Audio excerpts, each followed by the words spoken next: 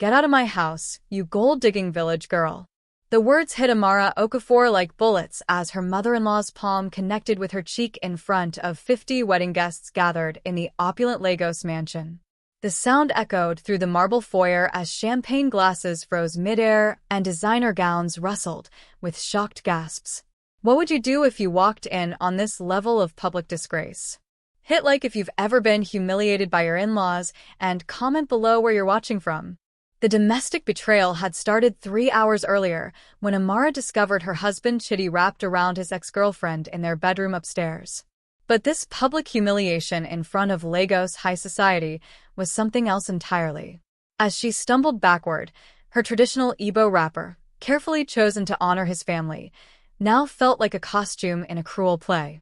"Mama Chidi, please," Amara whispered, her hand pressed against her burning cheek.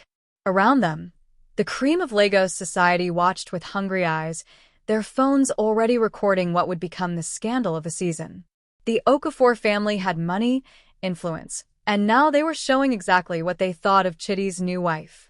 Mrs. Okafor, draped in gold-threaded George fabric that cost more than most people's cars, stepped closer. Her voice dripped with venom. "You think we don't know what you are? A nobody from some forgotten village in Anambra. My son could have married Senator Adebayo's daughter, but no, he chose you." The emotional manipulation was brutal and calculated. Every word was designed to break Amara down in front of the most powerful people in Nigeria's commercial capital. She could see Chidi's cousin smirking, his aunts whispering, and his father looking away as if she was something shameful. 3 months, Mrs. Okafor continued, her voice rising for maximum public disgrace. 3 months, we've tried to make this work.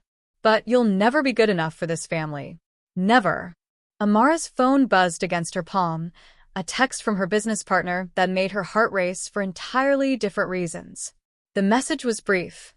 "Board meeting moved to tomorrow. The Okafor Group deal needs your final signature. $580 million is waiting." The irony would have been funny if it wasn't so devastating.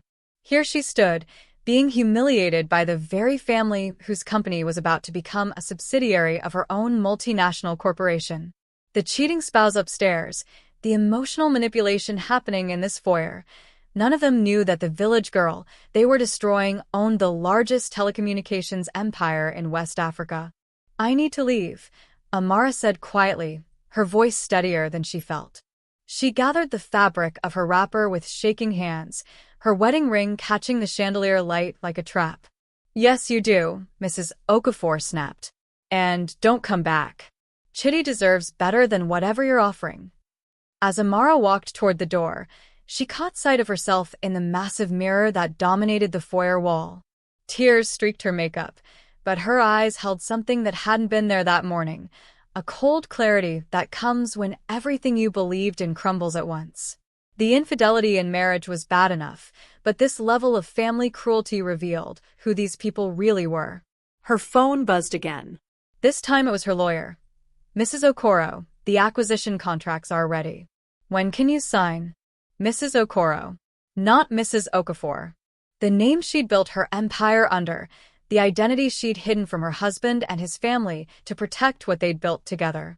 Or what she'd thought they'd built together. The African marriage drama playing out in this mansion had just taken a turn that nobody could see coming. In 24 hours, Amara would walk into that boardroom not as a humiliated wife, but as the CEO who held the power to destroy or elevate the Okafor family business empire. The revenge story was about to begin, and they had no idea what was coming. Don't forget to like, subscribe, and turn on notifications for more gripping stories like this. What do you think Amara should do next? Comment below. The tears came in waves as Amara sat in her Mercedes in the mansion's driveway, her hands gripping the steering wheel until her knuckles turned white. Through the windshield, she could see the party continuing inside, as if her public humiliation was just another evening's entertainment for Lagos elite. Her phone rang, Chidi. She let it go to voicemail, then listened to his pathetic attempt at explanation. "Baby, I can explain everything. Kemi means nothing to me. Come back inside. My mother was wrong, too." She deleted it mid-sentence. The co-parenting conflict they discussed just last week about having children now seemed like another lifetime. How could she bring babies into this web of emotional manipulation and family toxicity? The drive to her penthouse in Victoria Island gave her time to think. The city lights of Lagos streaked past her windows, each one representing dreams and ambitions that suddenly felt hollow. At traffic lights, other drivers stared, some recognizing her from society pages as Chidi Okafor's new wife, others simply seeing a beautiful woman in traditional dress crying in a luxury car. Her apartment felt different when she walked in. The space she'd shared with Chidi for 6 months now seemed foreign, contaminated by the knowledge of his infidelity in marriage. Designer furniture they'd chosen together, photos of happier times, wedding gifts still unopened. Everything was a reminder of how completely she'd been fooled. She poured herself a glass of wine and stood on her balcony, looking out over Lagos Harbor. Ships moved slowly in the darkness, carrying goods and dreams across the water. Just like her own ships, her own empire that nobody in the Okafor family knew existed. The buzzer interrupted her thoughts. Building security announced a visitor. Chidi was downstairs, begging to come up. She almost laughed at the irony. For months, she'd been the supplicant in their relationship, always trying to please his impossible family, always falling short of their standards. "Send him up," she told security. It was time for some truths. When Chidi walked through her door, he looked different somehow. Smaller. The confidence that had attracted her to him at a business conference in Abuja seemed deflated. His expensive agbada was wrinkled, his usually perfect appearance disheveled. "Amara, thank God. I was afraid you'd." "Afraid I'd what?" Her voice was calm, which seemed to unnerve him more than shouting would have. "Afraid I'd leave you? Like you left me upstairs with your ex-girlfriend?" The domestic betrayal hung between them like smoke. Chidi had the grace to look ashamed, but she could see him calculating, trying to find the right words to manipulate her back into compliance. "It wasn't what it looked like," he started, then stopped when he saw her expression. "Okay, it was exactly what it looked like. But Amara, I love you. Kemi is the past. You're my future." "Your future," she repeated slowly. "The same future your mother just told me I'm not worthy of." "My mother doesn't speak for me." "No." Amara walked to her laptop, which sat open on the dining table. "Then explain this." The screen showed bank statements, Chidi's accounts, which she'd had access to since their marriage. Payments to Kemi dating back to before their wedding. Hotel bills, jewelry purchases, even an apartment rental in Lekki Phase 1 that Amara had never known about. The financial evidence of his cheating was undeniable, but what hurt more was the methodical nature of it. This wasn't a moment of weakness. It was a calculated decision to live 2 lives. "How did you?" Chidi's face had gone pale. "I'm not the village girl your family thinks I am," Amara said quietly. "I know how to track money, Chidi. I know how to find truth buried in lies." Something shifted in his expression then. For the first time, he was seeing her clearly, not as the woman he'd been manipulating, but as someone who might be more dangerous than he'd realized. "Amara, let me explain." "No need." She closed the laptop. "I understand perfectly. You married me because you thought I was safe, controllable, a nice traditional wife who would give your family grandchildren and never question where you spent your nights." "That's not." "It is exactly that." Her phone buzzed with another message from her business team, reminding her of tomorrow's board meeting. "I have a question for you, Chidi. If you found out I was someone completely different from who you thought I was, would that change how you feel about me?" The question hung in the air like a challenge. Chidi's confusion was evident. He couldn't understand where this was going, couldn't see the trap being laid. "Of course not," he said, but his voice lacked conviction. "I fell in love with you, not your background. We'll see about that." As he left that night, promising to handle his mother and end things with Kemi, Amara was already planning her next move. The revenge story she was writing would require patience, precision, and perfect timing. Tomorrow, the Okafor family would discover exactly who they'd been humiliating. And Chidi would learn what real betrayal felt like. But first, she had a $580 million deal to cancel. Don't forget to like, subscribe, and turn on notifications for more African tales. What do you think Amara's real identity is? Drop your guesses in the comments. The boardroom at Meridian Towers was a temple of glass and steel 40 floors above Lagos, where decisions worth billions of naira were made daily. Amara stood at the window wall, watching the morning traffic crawl through Victoria Island below, her reflection merging with the city skyline. Mrs. Okoro, the Okafor Group representatives are here, her assistant announced through the intercom. The emotional manipulation from the previous night still stung, but Amara had channeled that pain into cold, calculating focus. She'd spent the early morning hours reviewing every detail of the acquisition deal that would make the Okafor Group a subsidiary of her telecommunications empire. She turned from the window, adjusting her navy blue power suit, so different from the traditional wrapper she'd worn to please Chitty's family. Today, she was Amara Okoro, CEO of Okoro Telecommunications, not the village girl they'd humiliated. Send them in. The delegation that entered was impressive: Chitty's father, Chief Okafor, his uncle, Senator Okafor, 2 lawyers, and a financial advisor. All men, all confident, all expecting to negotiate with whoever ran this company that was about to make them incredibly wealthy. They paused when they saw her. "Excuse me," Chief Okafor said politely. "We're here to meet with the CEO about the acquisition deal." "You are," Amara replied, taking her seat at the head of the massive conference table. "I'm Amara Okoro, Chief Executive Officer of Okoro Telecommunications." The silence that followed was delicious. She watched understanding dawn on their faces, watched the infidelity in marriage they'd ignored suddenly become a secondary concern to the massive business implications of what they were learning. Senator Okafor found his voice first. "This is impossible.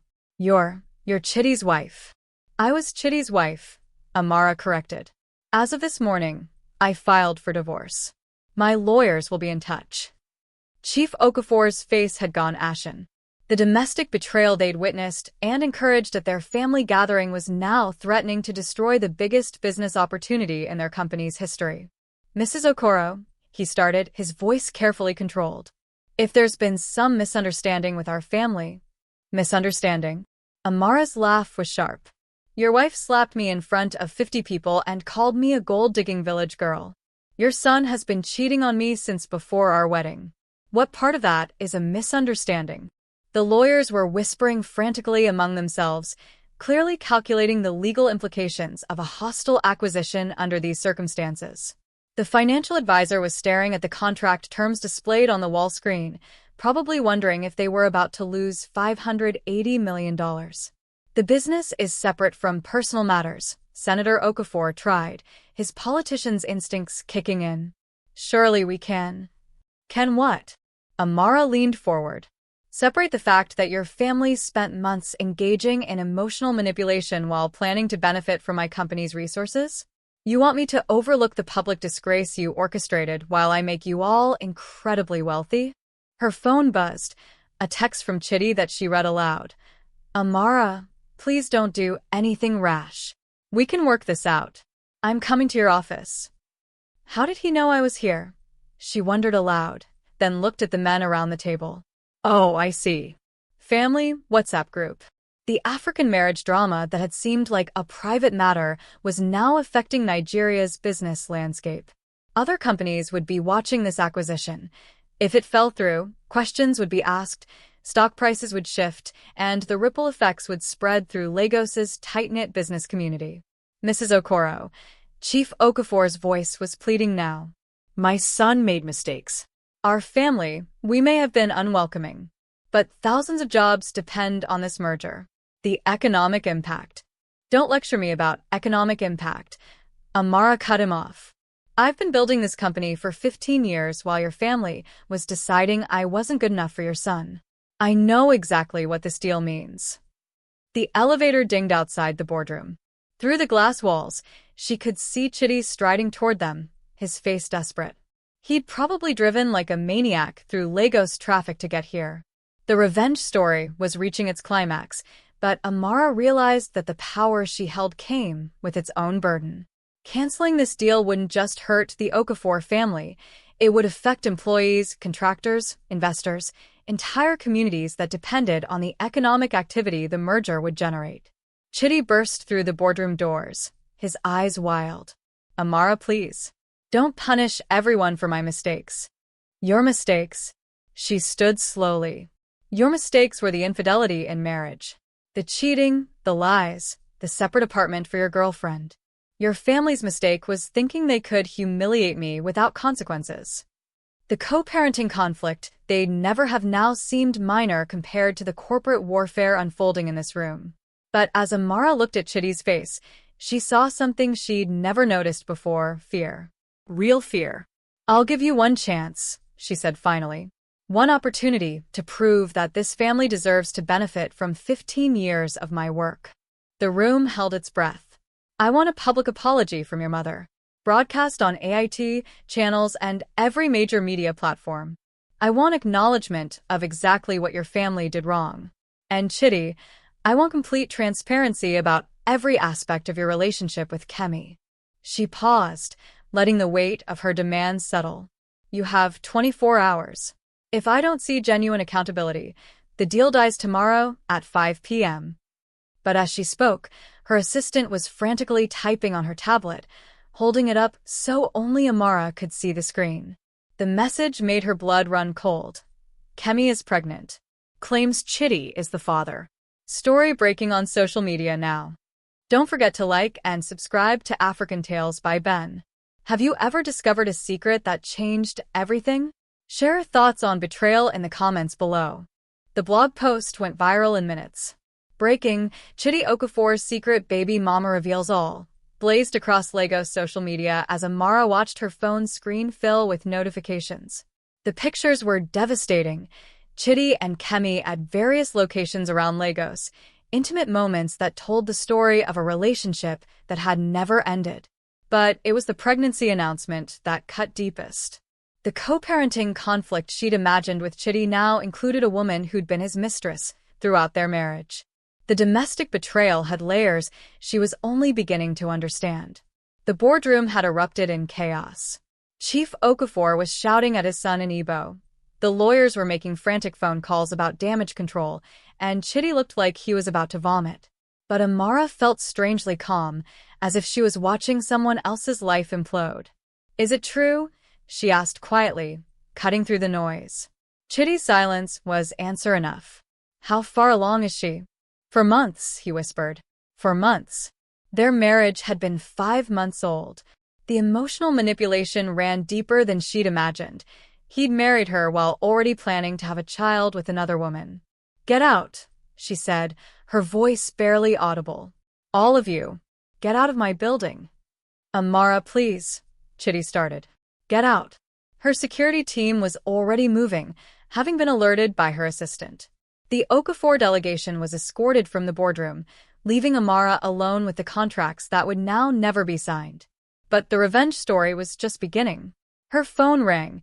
The CEO of MTN Nigeria, the country's largest telecommunications company. Word traveled fast in Lagos business circles. Amara, I just heard about the Okafor situation.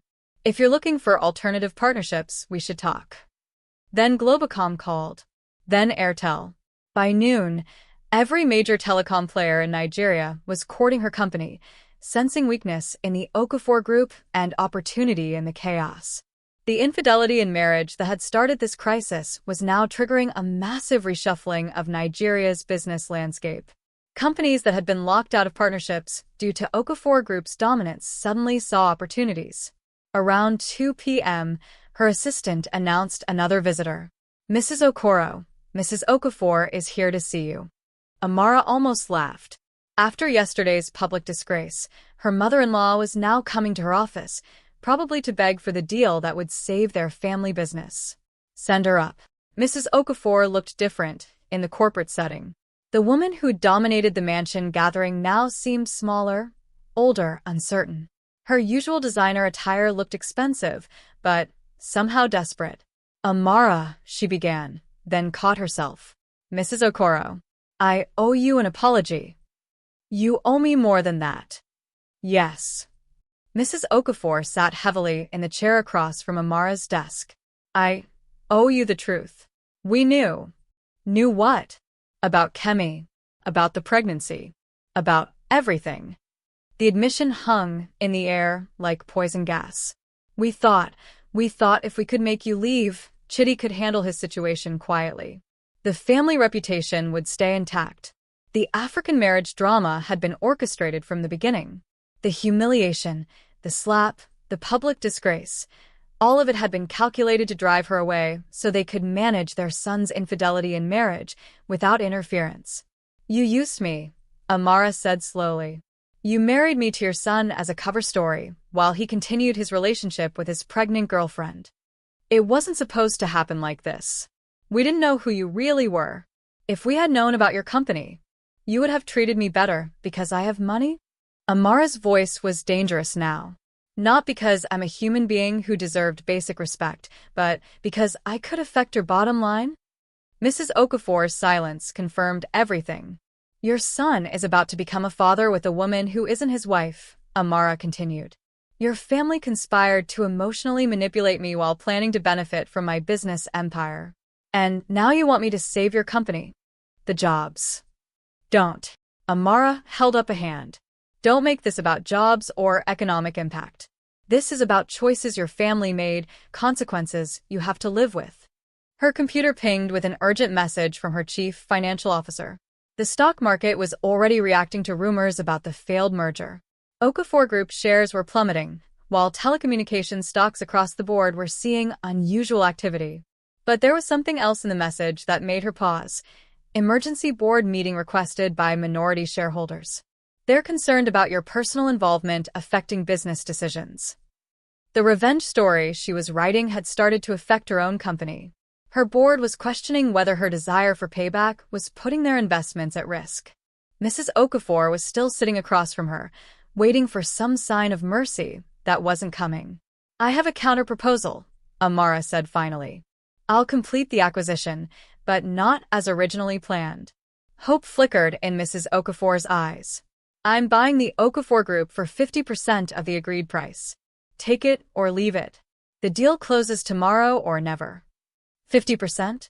But the contracts. The contracts were negotiated in good faith with a family I thought respected me. That family doesn't exist. Amara stood. You have until 5 p.m. tomorrow to decide. As Mrs. Okafor left, Amara realized that her revenge had taken on a life of its own. The emotional manipulation she'd suffered was now rippling through Nigeria's economy, affecting thousands of people who had nothing to do with her marriage. But late that night, as she reviewed the financial projections alone in her office, her phone buzzed with a message that changed everything. This is Kemi. We need to talk. There are things about Chitty and his family that you don't know. Things that make your situation much worse than you think. Don't forget to like, subscribe, and hit the notification bell. What secrets do you think Kemi is hiding? Comment your theories below. The coffee shop in Ikeja was an odd choice for a meeting that could reshape the lives of everyone involved, but Kemi had insisted on neutral ground away from the prying eyes of Victoria Island society. Amara arrived first, choosing a corner table where she could see the entrance, her mind racing with possibilities about what Chitty's pregnant mistress might reveal. When Kemi walked in, Amara was surprised by how ordinary she looked. After seeing the social media photos and hearing months of whispered comparisons, she'd expected someone more obviously threatening. Instead, Kemi appeared tired, her pregnancy barely showing beneath a simple dress, her face drawn with worry. Thank you for coming, Kemi said, settling into the chair across from Amara with obvious relief. I wasn't sure you would. I'm here because I need to understand the full scope of what I'm dealing with, Amara replied. Your pregnancy announcement destroyed more than just my marriage. Kemi's laugh was bitter. My pregnancy announcement? Amara, I never made any announcement. That story was leaked by someone in the Okafor family. The first crack in the narrative Amara had accepted began to widen. If Kemi hadn't revealed her own pregnancy, then someone else had chosen the timing, someone who wanted maximum damage to both women. Why would they do that? Because they were never planning to honor your merger deal, Kemi said quietly. Chitty's been feeding them information about your company for months.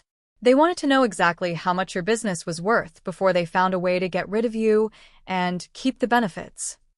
The domestic betrayal suddenly had new dimensions. It wasn't just infidelity in marriage, it was corporate espionage, using their relationship to gather intelligence about her business operations. That's impossible. The due diligence process was compromised from the beginning, Kemi interrupted. Chitty copied files from your laptop, photographed documents you brought home, even recorded conversations you had with your business partners. Amara felt sick. Every intimate moment in their marriage, every time she'd shared her dreams and fears about the company she'd built, had been feeding information to a family that was planning to destroy her. Why are you telling me this? Kemi's eyes filled with tears. Because they used me too. The pregnancy wasn't planned, but when it happened, Mrs. Okafor saw an opportunity. She told me if I kept quiet about the baby until after your marriage fell apart, she'd make sure Chitty married me and the child would be legitimate. The emotional manipulation had extended beyond Amara to include the other woman, creating a web of lies that trapped everyone involved. But there was something else in Kemi's expression, a fear that suggested even darker revelations. There's more, isn't there? The Okafor Group is bankrupt, Kemi whispered. They've been hiding massive debts for 2 years. Your merger wasn't just a business opportunity, it was the only thing standing between them and complete financial collapse. The African marriage drama had been covering for corporate fraud. Every lavish family gathering, every display of wealth, every show of power had been funded by borrowed money and hidden debts. The family that had called her a gold digger was actually broke. How do you know this? Chitty tells me things when he's drunk. Complains about the pressure his father puts on him, about how the business is failing, about how marrying you was supposed to solve everything. Kemi paused. He never loved either of us, Samara. We were both just tools to save his family's empire.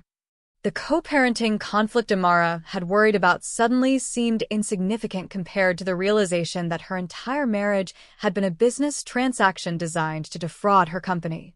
I have proof, Kemi continued, pulling out her phone. Audio recordings of conversations with Chitty, copies of documents he showed me, bank statements that prove the Okafor Group's real financial situation. As she scrolled through the evidence, Amara realized that the revenge story she'd been writing was about to become something much bigger. This wasn't just personal betrayal, it was a criminal conspiracy that involved fraud, identity theft, and corporate espionage. Why help me? You're carrying his child. Because I'm tired of being used, Kemi said firmly. And because that child deserves a father who isn't a criminal. They spent the next 2 hours going through the evidence. Financial records showing the Okafor Group's debts exceeded their assets by over 200 million naira. Audio recordings of Chitty discussing his family's plans to manipulate the merger terms after the acquisition. Bank transfers that proved they'd been moving money offshore to avoid creditors. The public disgrace Amara had suffered was nothing compared to the scandal that would erupt when this information became public. The Okafor family hadn't just humiliated her, they'd committed multiple felonies in the process. What do you want to do with this? Amara asked finally. I want to do what's right, Kemi replied. For all of us, including the baby. As they prepared to leave, Amara's phone buzzed with an urgent message from her head of security. Mrs. Okoro, there's been a break-in at your penthouse. Lagos police are on scene. You need to come immediately. The timing was too convenient to be coincidental. Someone had been watching them, someone who knew about this meeting, and was trying to get ahead of whatever evidence they might share. Kemi, I think we're both in danger, Amara said, showing her the message. If the Okafor family knows what you've told me. They already know, Kemi whispered, her face going pale. I got a call this morning.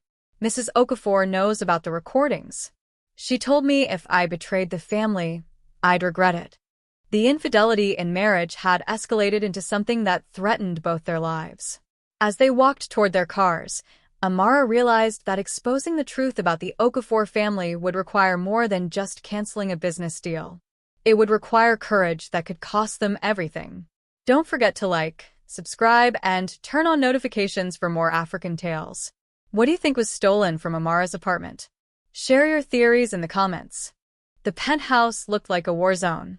Drawers had been pulled out and emptied, furniture overturned, and Amara's home office completely ransacked. Lagos police officers were dusting for fingerprints, but she already knew they wouldn't find any useful evidence. This had been too professional, too targeted. They were looking for something specific, Detective Adebayo explained, his weathered face grim as he surveyed the destruction. Electronics, documents, anything that might contain sensitive information. Your security system was disabled from the inside, someone who had access codes. Amara's blood ran cold.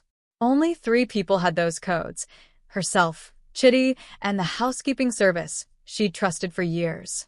The domestic betrayal had literally opened the door for this violation of her most private space. "My laptop is gone," she told the detective, along with backup drives and several files of business documents.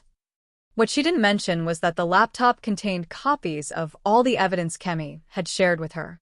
The audio recordings, the financial documents proving the Okafor Group's bankruptcy, the proof of corporate espionage. All of it was now in the hands of the people who had the most to lose from its exposure. Her phone rang. Chitty. "Amara, I just heard about the break-in. Are you okay? I'm coming over." "Don't." Her voice was ice cold. "Don't you dare come to my home. But I want to help." "You want to help?" She gestured to Detective Adebayo, who nodded and moved closer to listen. "Then explain how burglars got my security codes. Explain how they knew exactly which items to target." The silence on the other end of the lines stretched long enough to be damning. "Amara, you're upset. You're not thinking clearly." "I'm thinking more clearly than I have in months," she cut him off. "And what I'm thinking is that your family's financial desperation has turned criminal." She hung up and turned to the detective. "I need to file additional charges beyond the burglary. Corporate espionage, fraud, and conspiracy." As she began explaining the broader situation, her assistant called with news that made the evening even worse. "Mrs. Okoro, there's been a leak to the financial press. Details about the failed merger, your divorce filing, and speculation about the Okafor Group's stability. The story will run in tomorrow's business day." The African marriage drama was about to become a national business scandal. Stock prices would tumble, investors would panic, and the ripple effects would spread through Nigeria's economy like a virus. But there was something else troubling her. Where was Kemi? They'd agreed to meet again after Amara dealt with the police, but her calls were going straight to voicemail. Around midnight, as the police finished their investigation, Amara's phone buzzed with a text from an unknown number. "If you want to see Kemi and her baby safe, you'll keep quiet about what you think you know. Some secrets are worth more than revenge." The emotional manipulation had escalated to kidnapping. The co-parenting conflict she'd never fully understand was now threatening an unborn child's life. She immediately called Detective Adebayo, who was still in the building lobby. "We have a bigger problem." Within an hour, her penthouse was swarming with police again, this time including officers from the kidnapping unit. The evidence Amara provided, the audio recordings she'd backed up to cloud storage before the laptop was stolen, the financial documents Kemi had shared, the threatening text message, painted a picture of a family whose desperation had turned dangerous. "Mrs. Okoro," Detective Adebayo said after reviewing everything, "this case involves multiple felonies. We're talking about organized criminal activity, possibly with connections to some very powerful people." "What does that mean for Kemi?" "It means we need to move carefully. The Okafor family has political connections, business relationships that reach into government offices. If we handle this wrong, evidence could disappear, witnesses could be intimidated, and your friend could be hurt." The public disgrace she'd suffered now seemed trivial compared to the realization that she was fighting a conspiracy that extended far beyond one family's greed. The infidelity in marriage had been just the surface level of something much more corrupt and dangerous. At 3 a.m., her phone rang. Kemi's number. "Amara?" The voice was weak, scared. "I'm okay, but I can't talk long. They have me at a house in Lekki. They want the recordings deleted, all evidence of their financial problems destroyed." "Kemi, where exactly?" "I can't say more. But, Amara, there's something else you need to know. The bankruptcy isn't their only secret. The Okafor Group has been laundering money for politicians, using the business as a front for. The line went dead. Detective Adebayo had been listening on speaker. His expression was troubled. Mrs. Okoro, we're not just talking about business fraud anymore. If the Okafor Group has been involved in money laundering for political figures, this case could threaten people with the power to make problems disappear. The revenge story she'd been writing had uncovered something that could bring down more than one family. But it had also put Kemi and her unborn child in mortal danger. As dawn broke over Lagos, Amara stood at the window of her violated penthouse, watching the city come alive with its usual chaos of traffic and commerce. Somewhere out there, a pregnant woman was being held captive because she'd tried to help expose the truth. The $580 million deal that had started this crisis now seemed like small change compared to the corruption they'd uncovered.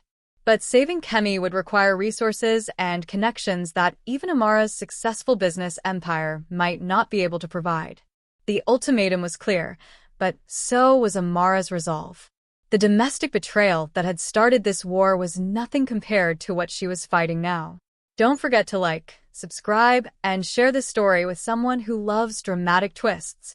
What would you do if someone you cared about was in danger because of your fight for justice? Comment below. The war room Amara assembled in her corporate offices at dawn looked like something from a crime thriller.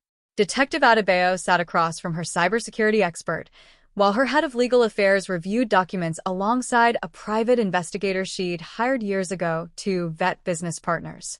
The team was impressive, but they were fighting against people with political connections and unlimited desperation. We've traced Kemi's phone to a tower in Lekki Phase 2, the cybersecurity expert reported. The signal was cut after that brief call, but we have a general area. That's hundreds of compounds, Detective Adebayo pointed out. We can't search them all without warrants, and getting warrants for people with the Okafor family's connections will take time we don't have. Amara's private investigator, a sharp-eyed woman named Funmi, who'd helped expose corporate fraud across West Africa, had been quietly working her contacts since 4 a.m. I have news about the money laundering allegations Kemi mentioned. The Okafor Group has been moving funds through shell companies in Ghana and Benin Republic. We're talking about hundreds of millions of naira. The African marriage drama had uncovered a criminal enterprise that spanned multiple countries.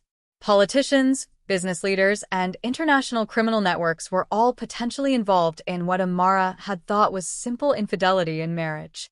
There's something else, Funmi continued. My sources in the banking sector say there's been unusual activity in several high-profile political accounts. Large transfers scheduled for today, as if someone is preparing to move money quickly. They're liquidating, Amara realized. Whatever timeline they're working on, it's accelerating. Her phone rang. Chief Okafor. Mrs. Okoro, I believe we need to talk. Face to face immediately. I'm not interested in. Your friend's life depends on this conversation, he interrupted. My office in 1 hour. Come alone, or the situation becomes irreversible. The emotional manipulation was reaching its peak, using Kemi's safety as leverage to force compliance. But Amara had learned that dealing with criminals required different strategies than business negotiations. I'll be there, she said. But Detective Adebayo will be waiting outside. No police. Then no meeting. She ended the call. 20 minutes later, he called back. Fine. But only the detective. No other law enforcement. The drive to the Okafor Group headquarters felt surreal. The gleaming building in Victoria Island had always impressed her during their courtship period, a symbol of the successful family she'd thought she was marrying into. Now she knew it was built on lies, fraud, and desperation. Chief Okafor's office occupied the entire top floor, with panoramic views of Lagos Harbor that on any other day would have been breathtaking. Today, they felt like a reminder of how far people could fall from positions of power. Sit down, Amara. His voice had lost its usual authority, replaced by the exhausted tone of a man fighting for survival. Where is Kemi? Safe. For now. He poured himself a drink despite the early hour. But her safety depends on decisions we make in the next few minutes. The co-parenting conflict she'd worried about now involved a woman whose life hung in the balance. The public disgrace she'd suffered seemed trivial compared to the realization that she was negotiating for someone's survival. What do you want? I want you to understand that this situation is bigger than your hurt feelings about my son's behavior, Chief Okafor said. The people we work with don't tolerate exposure. They don't care about marriages, divorces, or business deals. They care about secrecy. You're admitting to money laundering. I'm admitting to survival. His laugh was bitter. Do you think I wanted to get involved with these people? Do you think I enjoyed watching my legitimate business become a front for criminals? Then why? Because they offered a way out of bankruptcy that didn't destroy my family's reputation. Because when you're drowning, you grab any rope thrown to you. He leaned forward. But now that rope is around all our necks. The revenge story Amara had been writing suddenly revealed its true scope. The Okafor family weren't just criminals. They were trapped victims of more dangerous criminals who used their business as a cover. Who are these people? Politicians who need clean money for campaigns. Business leaders who move profits offshore to avoid taxes. International networks that use Nigeria as a transit point for funds going to places that don't ask questions. He paused. People who kill to protect their secrets. The domestic betrayal that had started this crisis was now threatening multiple lives. But there was something in Chief Okafor's expression that suggested even darker truths. There's something else you need to know, he continued. The merger you were planning wasn't just about acquiring our legitimate business. It was about making you complicit in the money laundering. Once your company processed those transactions, you would have been as trapped as we are. The infidelity in marriage had been covering for a plan to destroy her business empire and potentially her freedom. Chitty hadn't just been stealing information, he'd been setting her up to become a criminal. My God, she whispered. Now you understand the stakes. These people don't care about your feelings or your quest for revenge. They care about protecting a network worth billions of naira. And right now, you and Kemi are the only threats to that network. Her phone buzzed with a message. The pregnant girl is asking for you. She says the baby is coming early. Stress can be dangerous for expecting mothers. The message was accompanied by a photo, Kemi in what looked like a bedroom, her face pale with pain and fear. How far along is she? Amara asked. 7 months. The baby could survive, but he didn't need to finish. The emotional manipulation had reached its cruelest level. They were using an unborn child's life as leverage, gambling with 2 lives to protect their criminal enterprise. What do you want from me? Complete the merger as originally planned. All charges dropped. All evidence destroyed.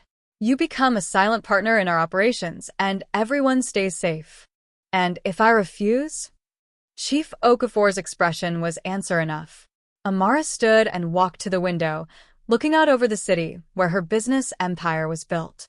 Somewhere in that sprawling metropolis, a pregnant woman was in danger because she'd tried to help expose the truth.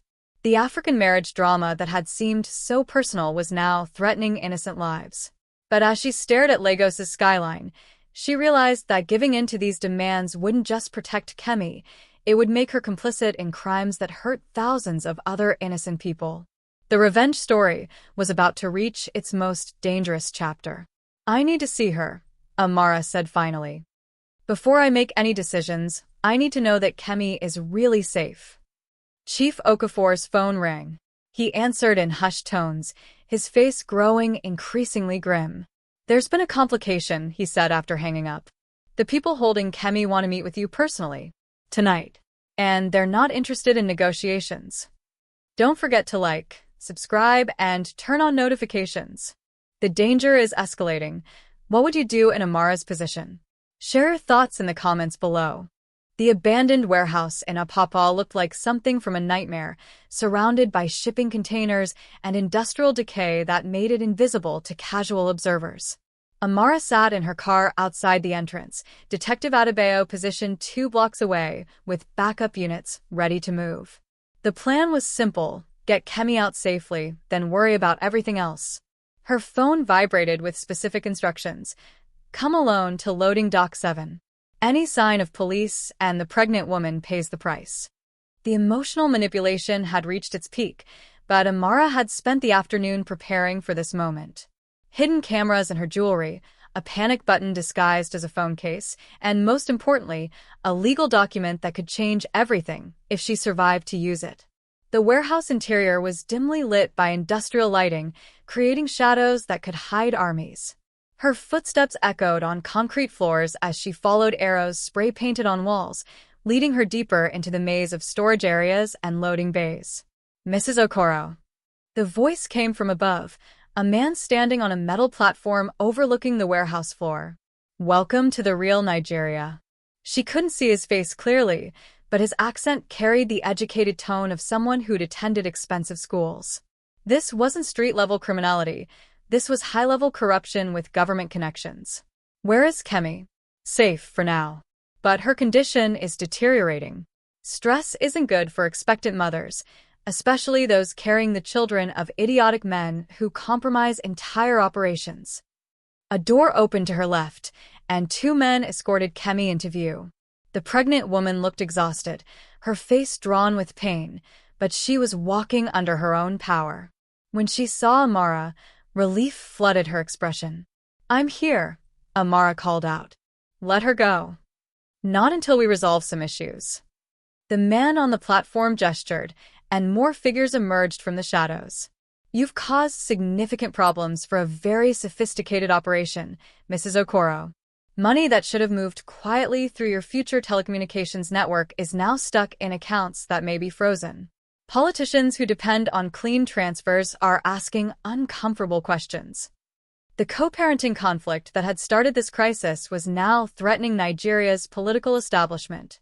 The domestic betrayal she discovered had uncovered a network that reached into the highest levels of government. "The Okafor family's bankruptcy was supposed to be solved by your merger," the man continued. "Your company's legitimate business would have provided perfect cover for moving funds internationally. Instead, your personal drama has exposed years of careful planning." "Then let us go and find another company to manipulate," Amara said, trying to keep her voice steady. "Unfortunately, it's not that simple. You know too much. Your friend knows too much. And Detective Adebayo's investigation has already attracted attention from people who prefer anonymity." The African marriage drama had evolved into a life-or-death struggle against forces that operated beyond normal law enforcement. But Amara had anticipated this moment, prepared for the possibility that negotiation wouldn't be enough. "I have a proposal," she said, pulling out the legal document she'd prepared. "A way for everyone to get what they want." "I'm listening." "Complete immunity for Kemi and her unborn child.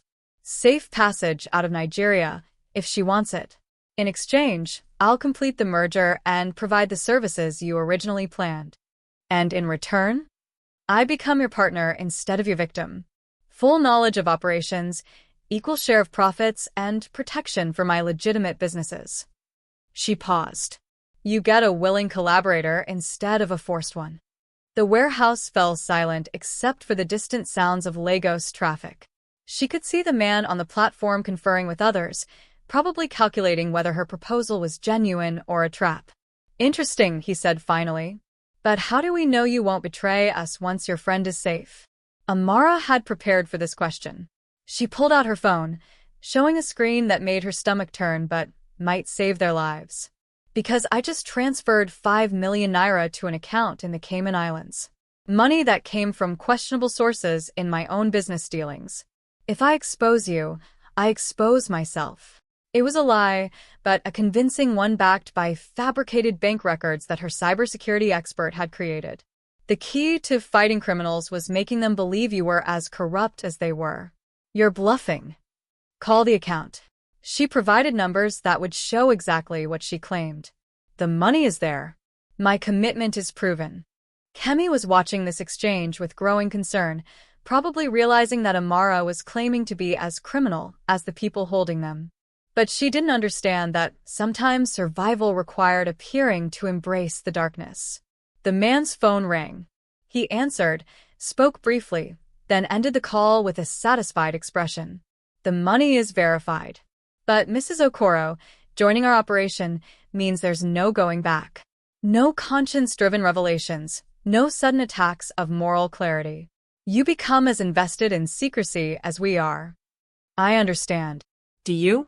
Because the price of betrayal isn't just your life, it's the lives of everyone you care about. Family, friends, business associates. Everyone becomes a potential target. The revenge story she'd been writing was about to take its darkest turn. To save one life, she was agreeing to become part of the system that destroyed countless others.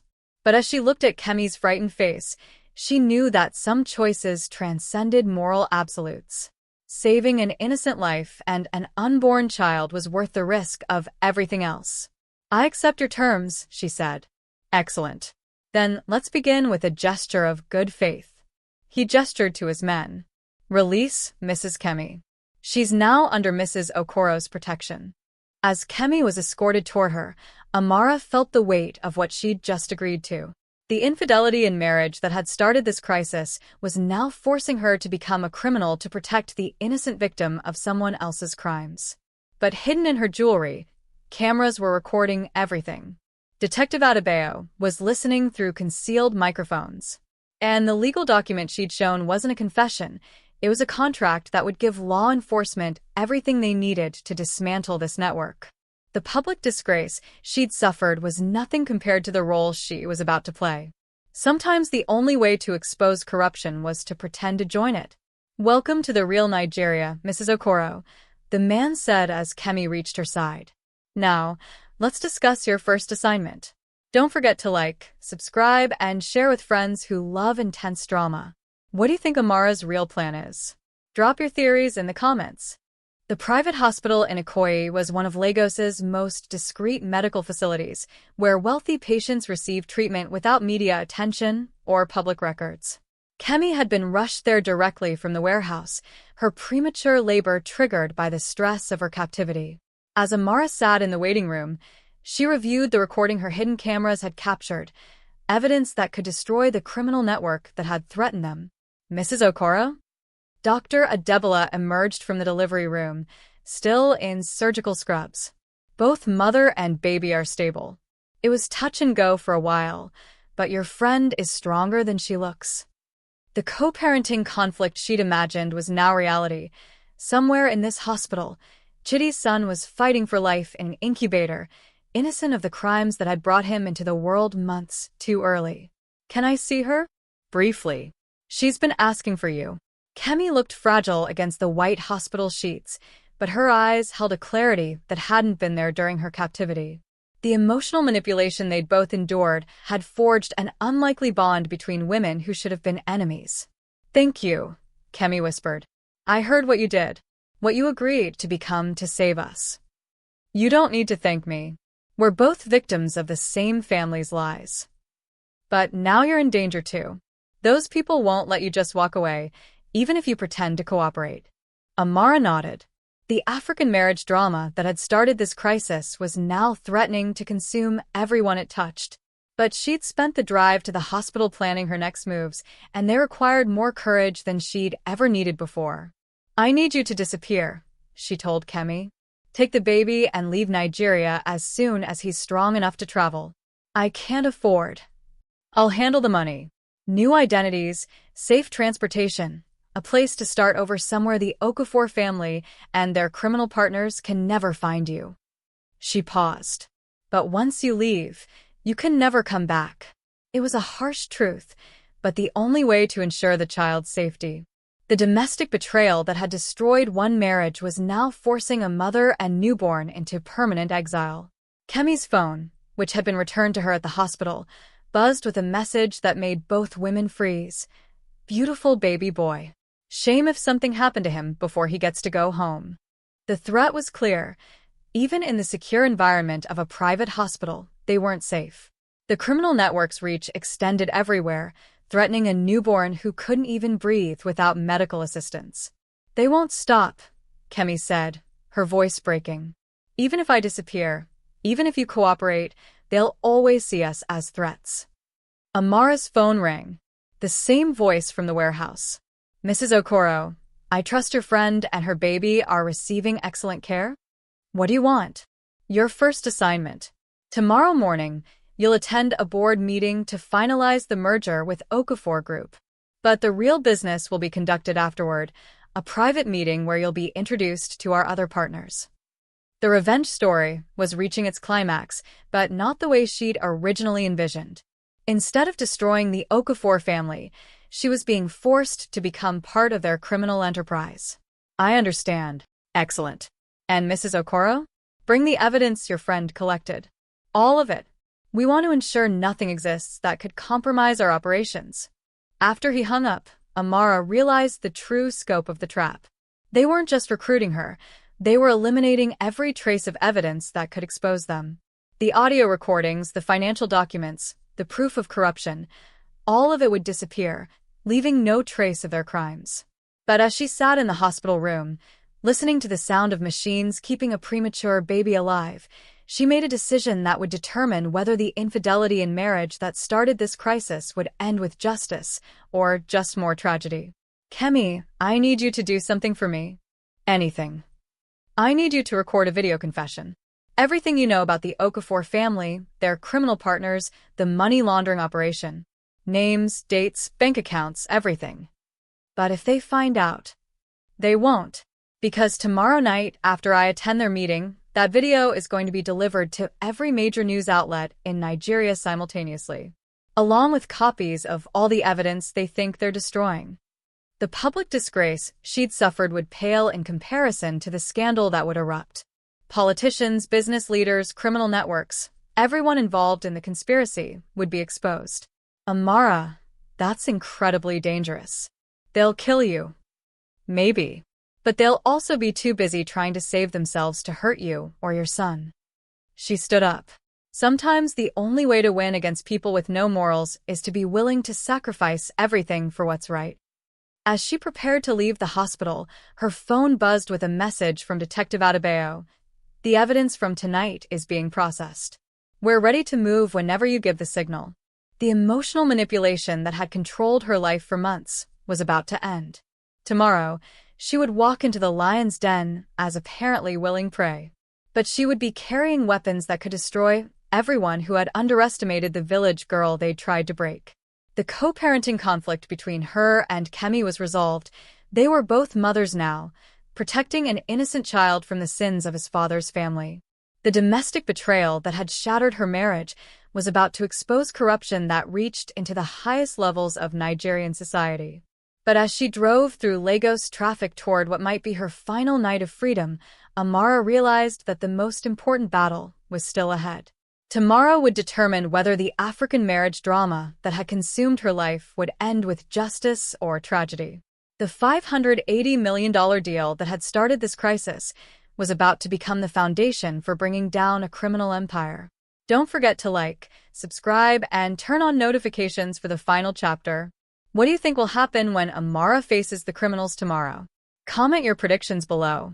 The boardroom at Meridian Towers had been transformed overnight into something that felt more like a courtroom than a corporate meeting space. Amara arrived at 9 a.m. sharp, carrying a briefcase that contained the evidence everyone believed she was there to destroy. The irony of returning to the same room where this crisis had begun wasn't lost on her. Chief Okafor sat at one end of the table, looking like he'd aged years in the past week.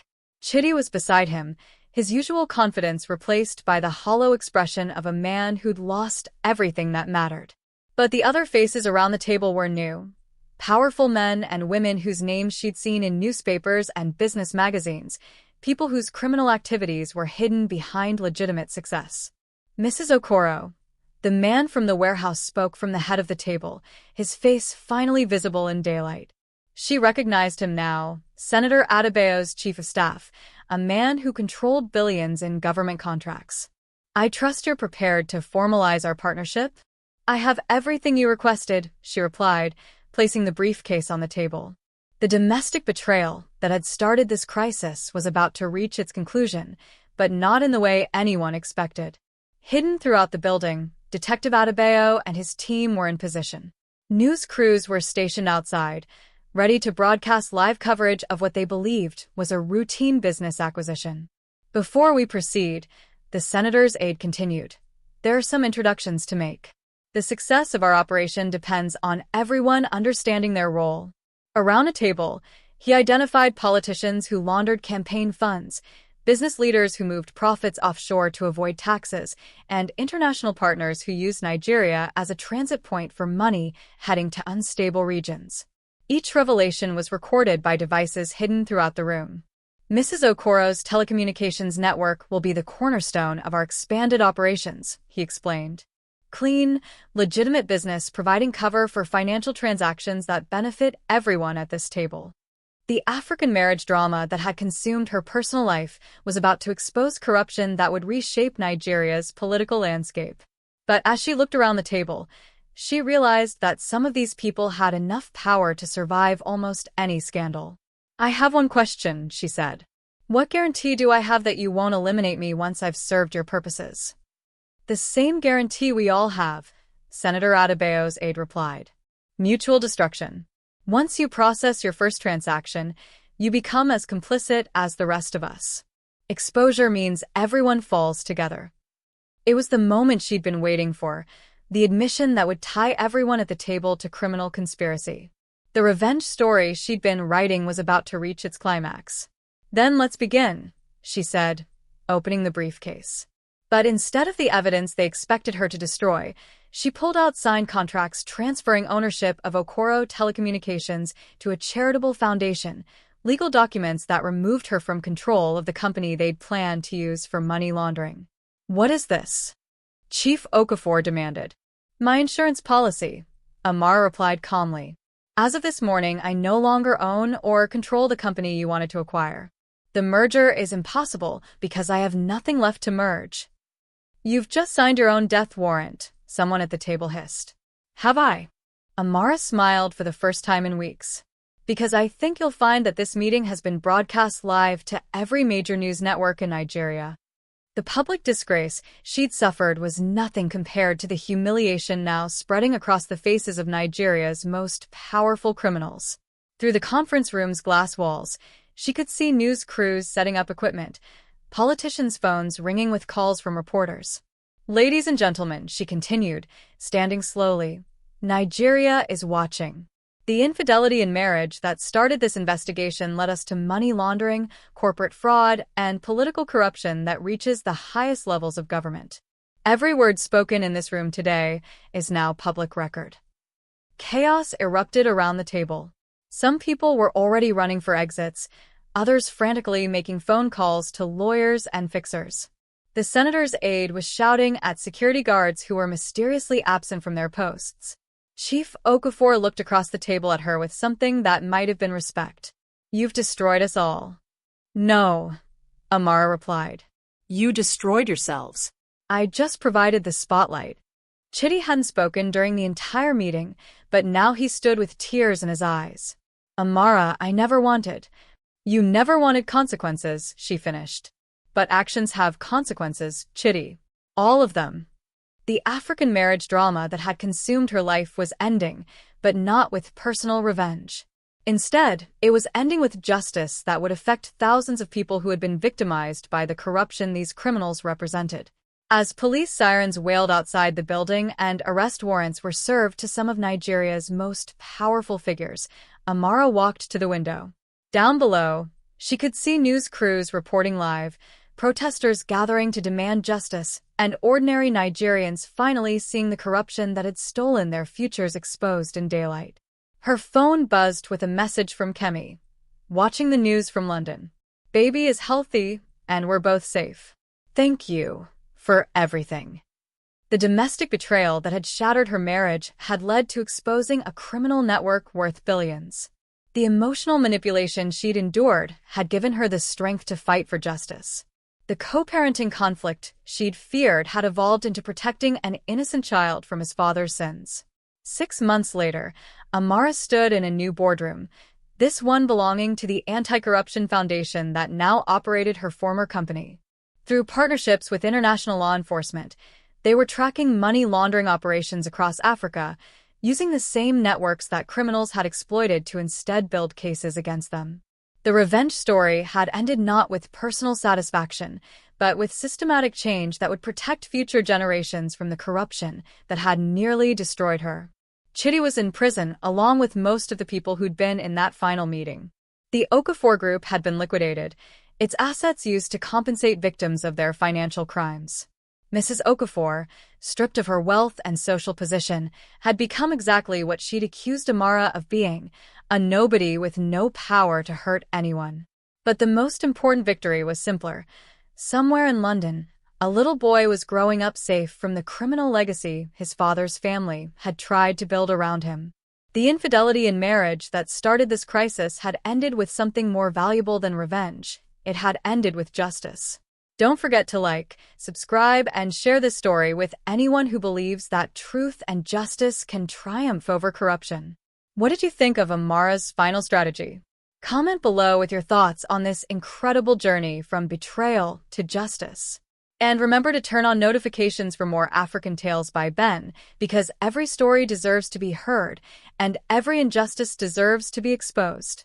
Real identity, until she cancels the $580 million deal.